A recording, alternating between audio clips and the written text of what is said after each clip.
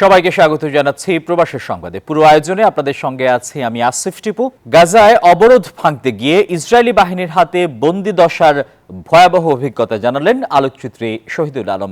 ঢাকায় ফিরে আনুষ্ঠানিক ব্রিফিংয়ে তিনি বলেন, ইসরায়েলি বাহিনীর কাছে মানসিক নির্যাতনের চেয়ে বড় অপমান বাংলাদেশি পাসপোর্ট ছুঁড়ে ফেলার ঘটনা। তাকে দেশে ফেরানোর প্রচেষ্টার জন্য প্রধান উপদেষ্টাকে ধন্যবাদ জানিয়েছেন। আমার জন্য যেটা সবচেয়ে খারাপ লেগেছে সেটা হচ্ছে আমার তো পাসপোর্ট ছিল, পাসপোর্ট নিয়ে সে সেই মাটির মধ্যে পাসপোর্টটাকে ফেললো, যেটা আমাকে সবচেয়ে বেশি বলবো আঘাত করেছে। ফিজিক্যাল আঘাতের চাইতে সেটা আমাকে বেশি লেগেছে। আমি ওটা নিয়ে আবার নিয়েছি, আমার থেকে কেড়ে নিয়ে আবার ফেলেছে, আমি আবার নিয়েছি, আবার ফেলেছে, এবং তারপরে আমার উপরে চড়াও হয়েছে। ইসরায়েলের কারাগার থেকে মুক্ত হয়ে দেশে ফিরেছেন আলোকচিত্রী ও মানবাধিকার কর্মী শহীদুল আলম। শনিবার ভোর 4:45টার দিকে তিনি হযরত শাহজালাল আন্তর্জাতিক বিমানবন্দরে পৌঁছান। এ সময় দেশবাসী ও সরকারকে ধন্যবাদ জানান।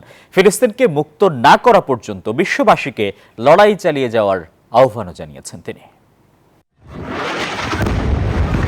2 বছরের গণহত্যা ও ধ্বংসযজ্ঞের পর অবশেষে গাজায় যুদ্ধবিরতি।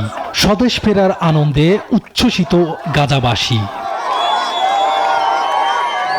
গাজা অভিমুখী নৌ অবরোধ ভাঙার অভিযানে যোগ দেয়া ফ্রিডম ফ্লোটিলার কনসান্স নৌযান থেকে আটক হওয়া আলোকচিত্রী ও জাতীয় বীর শহীদুল আলমকে বন্দিদশা থেকে মুক্তি দিয়েছে ইসরায়েল। শুক্রবার দুপুরে তিনি তুরস্কের ইস্তাম্বুলে পৌঁছান। সেখানে কনসাল জেনারেল মিজানুর রহমান তাকে স্বাগত জানান। প্রধান উপদেষ্টা অধ্যাপক মোহাম্মদ ইউনুস ইসরায়েল থেকে শহীদুল আলমের মুক্তি এবং নিরাপদে দেশে ফিরতে সহযোগিতার জন্য তুরস্কের প্রেসিডেন্ট রিসেপ তাইপ এরদোয়ানের প্রতি কৃতজ্ঞতা প্রকাশ করেছেন। শনিবার ভোরে টার্কিশ এয়ারলাইন্সের একটি ফ্লাইটে ঢাকায় পৌঁছান তিনি। জানান নিজের অভিজ্ঞতার কথা। তুরস্ক এয়ারলাইন্স আমাদের আসার ব্যবস্থা করে দিয়েছে, তাদের কাছে ধন্যবাদ জানাই। আমাদের দেশের সরকার যেভাবে সাড়া দিয়েছেন, আমাকে ওইখানে ইস্তানবুলে আমাকে গ্রহণ করেছেন। একদম আমার সাথে কোনো যোগাযোগ করার কিছু ছিল না, সেগুলির ব্যবস্থা করে দিয়েছেন, সেগুলির জন্য ধন্যবাদ। কিন্তু আবারও আমি বলবো যে আমাদের আসল সংগ্রাম বাকি আছে। যতক্ষণ ফিলিস্তিন মুক্ত না হবে ততক্ষণ আমাদের সংগ্রাম চলতে হবে। এ সময় তিনি দুঃখ প্রকাশ করে বলেন, আটক হওয়ার পর তার হাতে থাকা বাংলাদেশি পাসপোর্ট দেখে ইসরায়েলি বাহিনী ক্ষিপ্ত হয়ে সেটি ছুঁড়ে ফেলে দেয়। শারীরিক অত্যাচার নিয়ে আমি কথা বলতে চাই না, কিন্তু যেটা আমার সবচেয়ে বেশি অপমান বোধ হয়েছে সেটা হচ্ছে আমাদের বাংলাদেশি পাসপোর্ট তারা ছুঁড়ে মাটিতে যখন ফেলেছে। শানুর রহমান, নিউজ 24, ঢাকা। মালদ্বীপে হিউম্যান হারমোনি সম্মাননা পেলেন 12 বাংলাদেশি। মানব সম্প্রীতি ও উন্নয়নমূলক কর্মকাণ্ডে অবদানের জন্য এই সম্মাননা দেয়া হয় তাদের। এবারের আসরে বাংলাদেশ সহ 8 দেশের মোট 40 জন বিশিষ্ট ব্যক্তিকে এ সম্মাননা দেয়া হয়। মালদ্বীপ থেকে ইমরান তালুকদারের তথ্য এবং ছবিতে ডেস্ক রিপোর্ট। রাজধানী মালেতে ভিলা ইন্টারন্যাশনাল কলেজ অডিটোরিয়ামে অনুষ্ঠিত হয় বর্ণাঢ্য হিউম্যান হারমোনি অ্যাওয়ার্ড 2025। এই অনুষ্ঠানে বাংলাদেশ সহ 8 দেশের মোট 40 জন ব্যক্তিকে এই সম্মাননা দেয়া হয়।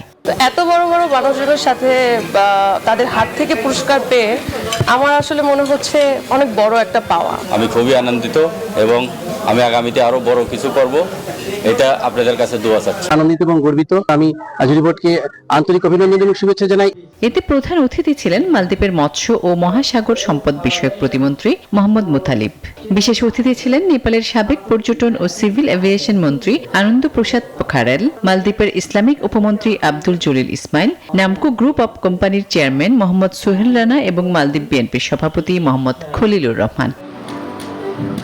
এ সময় বক্তারা মানব সম্প্রীতির বন্ধন দৃঢ় করতে শিক্ষা ও স্বাস্থ্য সেবার মান উন্নয়ন এবং আঞ্চলিক সহযোগিতা জোরদারের উপর গুরুত্ব আরোপ করেন। জোর দেন আন্তর্জাতিক বাণিজ্য ও পর্যটন শিল্পের পরিসর সম্প্রসারণে পারস্পরিক অংশীদারিত্ব বৃদ্ধির উপরও। আমরা চাচ্ছি মানব সভ্যতা এবং মানব সম্প্রীতির উন্নয়ন। এটার উন্নয়ন হলে শিল্প, সাহিত্য এবং বাণিজ্যিক সেক্টরে আমরা উন্নয়ন বা সাফল্য শিখরে পৌঁছতে পারব। অনুষ্ঠানের সভাপতিত্ব করেন এশিয়ান বিজনেস পার্টনারশিপ সামিটের নির্বাহী পরিচালক Golam Faruk Majnu. Desk report, news 24।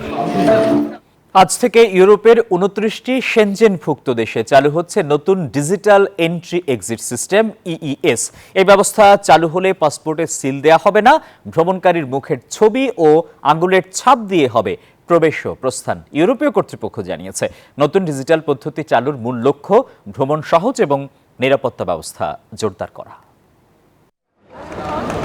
বদলে যাচ্ছে ইউরোপীয় ইউনিয়নভুক্ত দেশগুলোতে প্রবেশ ও বেরোনোর পদ্ধতি। কার্যকর হচ্ছে নতুন বায়োমেট্রিক সীমান্ত চেকিং ব্যবস্থা। এর জেরে অস্ট্রেলীয় ও ব্রিটিশ সহ ইউরোপীয় ইউনিয়নের বাইরের দেশগুলোর নাগরিকদের ইইউ অঞ্চলে যাতায়াতের নিয়ম পরিবর্তন হবে। নয়া এন্ট্রি এক্সিট সিস্টেম ইইএস অনুযায়ী প্রথমবার ইউরোপের 29টি সেনজেনভুক্ত দেশে প্রবেশ করা যে কাউকে তার পাসপোর্ট স্ক্যান করতে হবে, আঙুলের ছাপ নিবন্ধন করতে হবে এবং দিতে হবে মুখাবয়বের স্ক্যান। পরবর্তীতে ভ্রমণ শুধু মুখাবয়বের বায়োমেট্রিক যাচাইয়ের প্রয়োজন পড়বে।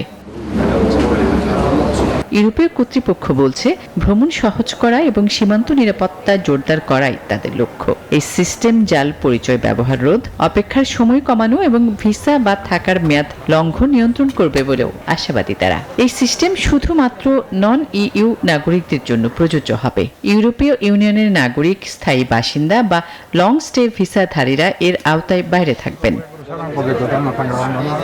2026 সালের 10 এপ্রিলের মধ্যে পুরো সেনজেন এলাকায় পুরোদমে চালু হওয়ার কথা রয়েছে। সেনজেন অঞ্চলের আন্তর্জাতিক বিমানবন্দর, বন্দর, ট্রেন টার্মিনাল ও সড়ক সীমান্ত ক্রসিংগুলোতে এই চেকিং হবে। আসমাতুলি, নিউজ 24। নোয়াখালীকে বিভাগ ঘোষণার দাবিতে বাহরাইনে বাংলাদেশ দূতাবাসে স্মারকলিপি দিয়েছেন প্রবাসীরা। বৃহত্তর নোয়াখালী, ফেনী, লক্ষ্মীপুর প্রস্তাবিত হাতিয়া জেলা নিয়ে নোয়াখালী বিভাগ বাস্তবায়নের দাবিতে এই স্মারকলিপি দেন রেমিটেন্স যোদ্ধারা। বৃহত্তর নোয়াখালী প্রবাসীদের পক্ষে স্মারকলিপি হস্তান্তর করেন সোসাইটির সভাপতি আবুল কালাম আজাদ। এ সময় উপস্থিত ছিলেন নোয়াখালী বিভাগ বাস্তবায়ন বহির্বিশ্ব সংগ্রাম পরিষদ বাহরাইন শাখার সভাপতি মাজহারুল ইসলাম বাবু, সেক্রেটারি নোমান সিদ্দিকী, ব্যবসায়ী মোহাম্মদ ইব্রাহিম ও মোহাম্মদ জাফর সহ আরও অনেকে। বাংলাদেশের অন্তর্বর্তীকালীন সরকারের প্রধান উপদেষ্টা ডক্টর মোহাম্মদ ইউনূসের বরাবর হাইকমিশনের মাধ্যমে এই স্মারকলিপি পাঠানো হয়। সংসদ নির্বাচনকে ব্যাহত করতে নানামুখী ষড়যন্ত্র চলছে, কিন্তু গণতন্ত্র পুনরুদ্ধারে সুষ্ঠু নির্বাচনের কোনো বিকল্প নেই, এমন মন্তব্য করেছেন বিএনপি মহাসচিব মির্জা ফখরুল ইসলাম আলমগীর। গাজীপুরে বিএনপির প্রয়াত নেতা আসম হান্নান শাহর স্মরণসভায় অপপ্রচারে বিভ্রান্ত না হতে জনগণের প্রতি আহ্বান জানান তিনি। গাজীপুর থেকে ফজলে আব্দি সৌরভের রিপোর্টে বিস্তারিত। বিএনপির প্রয়াত স্থায়ী কমিটির সদস্য আসম হান্নান শাহর নবম মৃত্যুবার্ষিকী উপলক্ষে এই স্মরণ সভা, যেখানে যোগ দেন দলের মহাসচিব মির্জা ফখরুল ইসলাম আলমগীর। নেতাকর্মীদের ব্যাপক উপস্থিতিতে স্মরণ সভা পরিণত হয় জনসভায়। এ সময় বিএনপি নেতাকর্মীরা হান্নান শাহর বর্ণাঢ্য রাজনৈতিক জীবনের স্মৃতিচারণ করেন। আমার মরহুম পিতা ব্রিগেডিয়ার হান্নান শাহ স্বপ্নের কথা বলতে চাই। তার স্বপ্ন ছিল ঐক্যবদ্ধ কাপাসিয়া। আসুন আমরা ঐক্যবদ্ধ কাপাসিয়া গড়ে তুলি। প্রধান অতিথির বক্তব্যে বিএনপির বিরুদ্ধে অপপ্রচারের অভিযোগ আনেন মহাসচিব মির্জা ফখরুল ইসলাম আলমগীর। কোনো ধরনের অপপ্রচারে বিভ্রান্ত না হতে সাধারণ জনগণের প্রতি আহ্বান জানান তিনি। আমরা দেশে আমাদের একমাত্র লক্ষ্য, একমাত্র কথা, আমরা গণতন্ত্র ফেরত চাই, আমরা নির্বাচিত পার্লামেন্ট চাই এবং আমরা নিরপেক্ষ নির্বাচনের মধ্য দিয়ে সেটা চাই। নির্বাচন ও গণতন্ত্র ইস্যুতে নিরপেক্ষ অবস্থান বজায় রাখতে অন্তর্বর্তী সরকার প্রধানের প্রতি আহ্বান জানান মির্জা ফখরুল। আপনার উপদেষ্টা মণ্ডলীর সদস্যদের মধ্যে কেউ কেউ কোন দলের জন্য পক্ষপাতিত্ব করছেন বলে বিভিন্ন জায়গায় অভিযোগ আসছে। আমরা এটা শুনতে চাই না, বাংলাদেশের মানুষ এটা শুনতে চায় না। এদিকে গাজীপুর মহানগর বিএনপির সদস্য সংগ্রহ ও ফরম বিতরণ অনুষ্ঠানে অংশ নেন বিএনপির সিনিয়র যুগ্ম মহাসচিব রুহুল কবির রিজভী। অভিযোগ করেন, ভোট সামনে রেখে প্রতীক নিয়ে চলছে বিতর্ক তৈরির চেষ্টা। আপনার জন্মের আগে বিএনপির প্রতীক, সেই প্রতীক আপনারা কাউন্টার করছে। আপনাদের শাপলা না দিলে ধানের শীষ দেওয়া হবে না। এই ধরনের একটা অযাচিত বিতর্ক তৈরি করে কেন আপনারা একদিকে সময় নষ্ট, আরেকদিকে আমাদের প্রত্যেকেরই যে একটা ঐক্যবদ্ধ স্পিরিট গণতন্ত্রের, সেই স্পিরিটকে কেন আপনারা নষ্ট করছেন? চিহ্নিত সন্ত্রাসী চাঁদাবাজরা বিএনপির সদস্য হতে পারবে না বলেও জানান বিএনপির এই নেতা। যাদেরকে আতঙ্ক মনে করে তারা বিএনপির সদস্য হবে না। ফজলুর রাব্বি সৌরভ, নিউজ 24, গাজীপুর। এই মুহূর্তে সংসদকে সচল করাই সবচেয়ে বেশি গুরুত্বপূর্ণ বলে মন্তব্য করেছেন বিএনপির স্থায়ী কমিটির সদস্য আমির খসরু মাহমুদ চৌধুরী। বলেন, রাজনৈতিক সিস্টেম পরিবর্তনের বিকল্প নেই। শনিবার দুপুরে কসমোস সেন্টারে আয়োজিত নির্বাচন পদ্ধতি নিয়ে সেমিনারে জামায়াতের প্রতিনিধি আবারও পিআর পদ্ধতির গুরুত্ব তুলে ধরেন। দেশের স্বার্থে সবাইকে নির্বাচনমুখী হবার আহ্বান জানান অন্যান্য রাজনৈতিক দলের নেতারা। রাষ্ট্র কাঠামো সংস্কার নিয়ে 3 দফার আলোচনার ফসল জুলাই সনদ। 15 অক্টোবর রাজনৈতিক দলগুলোর এই সনদে স্বাক্ষর করার কথা রয়েছে। অনেক বিষয়ে মতৈক্য হলেও এখনো আলোচনায় পিআর পদ্ধতি। সেমিনারে জামায়াতের সহকারী সেক্রেটারি জেনারেল সংসদের 2 কক্ষে পিআর পদ্ধতির যৌক্তিকতা তুলে ধরেন। পিআর পদ্ধতি বাংলাদেশে প্র্যাকটিস কি হবে, এখানে কয়েকটা প্রশ্ন করা হয়। নাম্বার 1 বলা হয়েছে এই কাকে ভোট দিবে। রসিকতা করে বলে যে ভোট দিলাম সন্দীপ চলে গেল আমাদের, এই রসিকতা আছে। আসলে একটা হলো পিআর পদ্ধতিকে ইলেকশন সিস্টেম হিসাবে নীতিগত হবে, আর পদ্ধতি আপনি অনেকগুলো বলেছেন, আমরা সেটা না। তো কোনটা নেবেন, বাংলাদেশের উপযোগী কোনটা সেটাই না। গণ অধিকার, বিপ্লবী ওয়ার্কার্স পার্টি সহ কয়েকটি দলের নেতারা এই মুহূর্তে নিম্নকক্ষে পিআর পদ্ধতি চালুর বিরোধিতা করেন। জানান, এতে আওয়ামী লীগ পুনর্বাসনের সুযোগ পেতে পারে। এখন যদি আমরা সিস্টেম চেঞ্জ করতে চাই তাহলে এতটুকু হতে পারে যে আমরা একটা মিক্স করতে পারি। সেক্ষেত্রে নিম্নকক্ষে ফার্স্ট পাস দি পোস্ট এবং উচ্চকক্ষে পিআর, এটা হচ্ছে এখন আমাদের জন্য সবচেয়ে সহজ সমাধান। বিএনপি এটাতে রাজি হলে আমাদের অনেক সমস্যার সমাধান হয়ে যায়। বিএনপি সহ গুরুত্বপূর্ণ রাজনৈতিক দলগুলো সবাই অবস্থানটাকে পরিবর্তন করে আমরা একটা জায়গাতে এসেছি, দলগুলোকে নেশনকে ঐক্যবদ্ধ করবার জন্য, নির্বাচনের আগে যে প্রয়োজনীয় যে সংকটগুলো যাতে তৈরি না হয় সেটাকে বন্ধ করার জন্য। বিএনপি যদি আওয়ামী লীগের মতো ওই 7 মিনিট বা 15 মিনিটের ব্যবধানে একটা পাশান মার্কা আইন পাশ করে ফেলে, তো ওর চাইতে ডিজাস্টার বর্তমান সময় তার হবে না। আই হোপ এরকম হবে না, তবু একটা চেক রাখতে চাই। এই জন্য আপার হাউসে ভোটের পিআর চাই।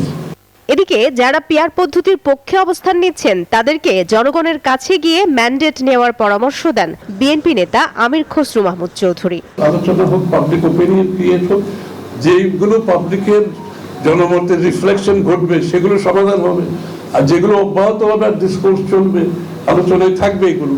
কিন্তু ফার্স্ট অফ অল আমাদের দায়িত্ব একটা নির্বাচনের মাধ্যমে বাংলাদেশের ডেমোক্রেটিক অর্ডার, যে পরিবেশটা আমরা ফিরিয়ে আনতে পারিনি, সেই পরিবেশ যদি ফিরিয়ে আনার পরে everything will fall in place. আলোচনায় প্রায় সবাই দ্রুত নির্বাচনের তাগিদ দেন। মারুফা রহমান, নিউজ 24, ঢাকা। সাবেক ও বর্তমান সামরিক কর্মকর্তাদের বিরুদ্ধে গ্রেপ্তারি পরোয়ানার বিষয়ে অবস্থান জানালো সেনা সদর। বাহিনীটি বলছে 25 জন কর্মকর্তার মধ্যে 9 জন অবসরপ্রাপ্ত আর 1 জন এলপিআর সহ চাকরিরত 15 জনকে সেনা হেফাজতে রাখা হয়েছে। এর মধ্যে 1 জন নিখোঁজ রয়েছেন। ব্রিফিংয়ে আরও বলা হয়, মামলায় অভিযুক্ত সদস্যদের বিষয়ে সেনাবাহিনী আইন অনুযায়ী পদক্ষেপ নিচ্ছে। মানবতাবিরোধী অপরাধের অভিযোগে সাবেক ও বর্তমান 25 জন সেনা কর্মকর্তার বিরুদ্ধে গ্রেফতারি পরোয়ানা জারি করেছে আন্তর্জাতিক অপরাধ ট্রাইব্যুনাল। তবে এখনো ওয়ারেন্টের কপি হাতে পায়নি সেনাবাহিনী। বাহিনীটি বলছে 25 জনের মধ্যে 9 জন অবসরপ্রাপ্ত, 1 জন এলপিআর সহ চাকরিরত 15 জন। 8 অক্টোবরের পরই 15 জনকে সেনা হেফাজতে রাখা হয়েছে। হ্যাঁ, 15 জন অলরেডি আমাদের সেনা হেফাজতে সংযুক্ত রয়েছে। এসব নিয়ে শনিবার সেনা সদর আয়োজিত ব্রিফিংয়ে নিজেদের অবস্থান জানায় সেনাবাহিনী। জানানো হয়, মেজর জেনারেল কবির না জানিয়ে অবৈধভাবে ছুটিতে গেছেন, তবে সব বন্দরে তাকে আটকাতে বলা হয়েছে। তার এটা ইলিগাল অ্যাবসেন্ট ঘোষণা করার পরে যে প্রসেস যেগুলো আছে, আমাদের কিছু প্রসেস আছে, কোথায় কোথায় ওয়ারেন্ট ইস্যু করতে হবে সেগুলো আমাদের একটা অ্যাপেন্ডিক্স আছে, ওই অনুযায়ী এটা আমাদের সরকারিভাবে আমাদের যে দপ্তর এটার সাথে জড়িত তারাও এটা ইস্যু করেছে। ট্রাইব্যুনাল আইন বলছে মানবতা বিরোধী অপরাধে অভিযুক্ত হলে সঙ্গে সঙ্গে তিনি সরকারি চাকরি থেকে বরখাস্ত হবেন। তাহলে যাদের বিরুদ্ধে অভিযোগ তাদের চাকরি বা অন্যান্য সুযোগ সুবিধার বিষয়ে কি করা হবে এমন প্রশ্নে বাহিনীটি বলছে আগে যথাযথ কর্তৃপক্ষের কাছে আইনি ব্যাখ্যা চাওয়া হবে। সুতরাং আমরা এটার ব্যাপারে ডেল্টা যেটা আছে এই ডেল্টার ব্যাপারে সবগুলোর ক্ষেত্রে সাধারণত একটা ব্যাখ্যা বা নোট দিয়ে দেয় আইনের এগুলোর ক্ষেত্রে। আমরা এখন পর্যন্ত এটা নোটটা পাবলিশ হয়নি, নোট পাইনি। এবং এটার পাবলিক এটা কিভাবে এক্সিকিউট করা হবে এটার একটা অবশ্যই অ্যাপ্রোপ্রিয়েট অথরিটি থেকে আমাদেরকে ইস্যু করবে এবং এটা আমরা চাবো অ্যাপ্রোপ্রিয়েট অথরিটির কাছে। হেফাজতে রাখাদের ট্রাইব্যুনালে হস্তান্তর করা হবে কিনা এমন প্রশ্নে সেনাবাহিনী বলছে ট্রাইব্যুনালের আইনগত ব্যাখ্যা পাওয়ার পর আইনগতভাবেই হবে ব্যবস্থা। এইটুকু তো আমরা করতে পেরেছি, বাকিটা বললাম আমাদের কিছু আইনগত ব্যাখ্যা এবং অন্যান্য জিনিস প্রয়োজন আছে ওইটা করে নেব। এই জন্য আমি বলছি যে যখন কমিশন কাজ করছে we gave them full support. সেনাবাহিনী জানায় যারা গুম হয়েছেন তাদের প্রতি সহানুভূতিশীল সেনাবাহিনী। এছাড়া ট্রাইব্যুনাল ও গুম কমিশনকে সব ধরনের তথ্য দিয়ে সহযোগিতা করা হচ্ছে। তবে সেনাবাহিনীর কিছু কর্মকর্তা কর্মচারী যদি অন্য কোথাও যেয়ে যদি ভুলভ্রান্তি করে থাকে অবশ্যই বলেছি ইনসাফ ইজ নাম্বার 1, ইনসাফের সাথে কোনো কম্প্রোমাইজ হবে না। মাসুদা লাবনী, নিউজ 24, ঢাকা। আগামী ফেব্রুয়ারিতে ত্রয়োদশ জাতীয় সংসদ নির্বাচন অনুষ্ঠিত হবে। নির্বাচন নিয়ে এখনই চায়ের কাপে ঝড় তুলতে শুরু করেছেন সাধারণ ভোটাররা। গল্প কথায় উঠে আসছে নির্বাচনের নানা দিক। জাতীয় নির্বাচনের আনুষ্ঠানিক দিনক্ষণ নির্ধারণ না হলেও সবখানে কিন্তু ভোটের আমেজ শুরু হয়েছে। চায়ের আড্ডা, ফসলি মাঠ, হাট বাজার, পথে ঘাটে সব জায়গাতে কিন্তু ভোটের আলোচনায় মশগুল ভোটার এবং প্রার্থীরা। ভোটারদের প্রত্যাশা তাদের জন্য প্রার্থীরা কাজ করবে। আর রাজশাহীর 6টি আসনে প্রায় অর্ধশতাধিক প্রার্থী ইতিমধ্যে অনানুষ্ঠানিক প্রচারণা শুরু করেছেন। নানা রকম প্রতিশ্রুতি দিচ্ছেন ভোটারদের। ভোটাররাও নানা প্রত্যাশা করছেন প্রার্থীদের কাছ থেকে। আমরা একজন ভোটারের সঙ্গে কথা বলতে চাই যে ভোটের আমেজ কেমন দেখছেন? ভালো, এখানে মোটামুটি ভোটের আমেজ ভালোই চলছে। বিভিন্ন জায়গাতে যেখানে বসে সব আড্ডা মারে, চায়ের স্টল, সব জায়গাতেই এখানে ভোটের আলোচনা চলছে। ধন্যবাদ আপনাকে। আমরা আরেকজন ভোটারের সাথে কথা বলতে চাই। আপনি কেমন দেখছেন ভোটের আমেজ? ভোটের আমেজ সুন্দরই আছে, কিন্তু আমাদের নির্বাচনটা সূক্ষ্ম হতে হবে, প্রশাসনের দ্বারা হতে হবে, তাছাড়া সূক্ষ্ম ভোটের আশা করা যায় না। আমরা আরেকজন ভোটারের সঙ্গে কথা বলতে চাই। তরুণ ভোটার, কেমন ভোটের আমেজ দেখছেন?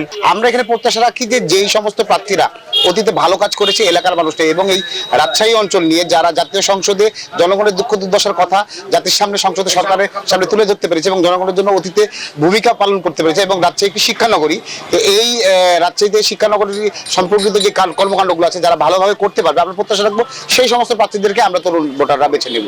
ধন্যবাদ আপনাকে। রাজশাহী অঞ্চলে নানা সমস্যা রয়েছে, শিল্পায়নের সমস্যা, কর্মসংস্থানের অভাব, নদী ভাঙ্গন, বরেন্দ্র অঞ্চলে পানির সমস্যা। ভোটারদের প্রত্যাশা যেসব প্রার্থীরা এই সকল সমস্যার সমাধানে কাজ করবেন তাদেরকেই তারা আগামী জাতীয় সংসদ নির্বাচনে জয়ী করবেন, ভোট দিবেন। এই ছিল রাজশাহী থেকে সর্বশেষ।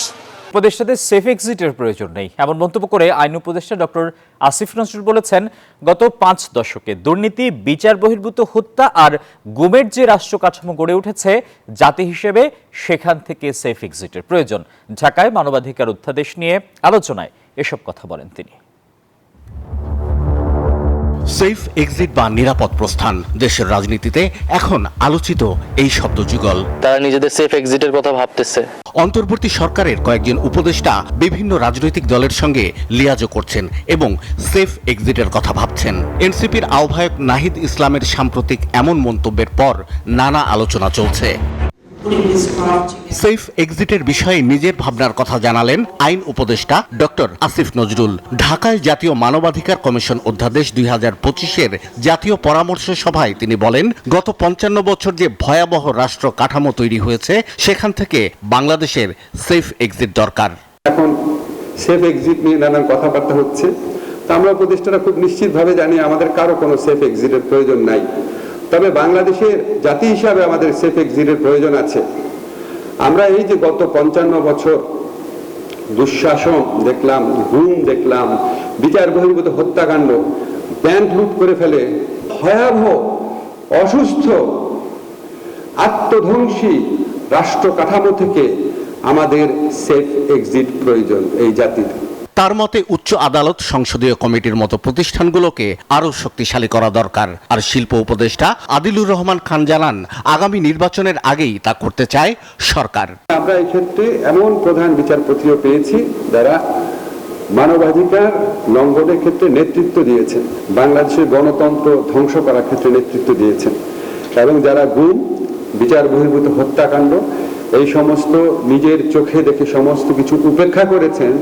আনফরচুনেটলি এই ধরনের বিচারপতিদের কেউ কেউ এখন আমাদের এখানে রয়ে গেছে।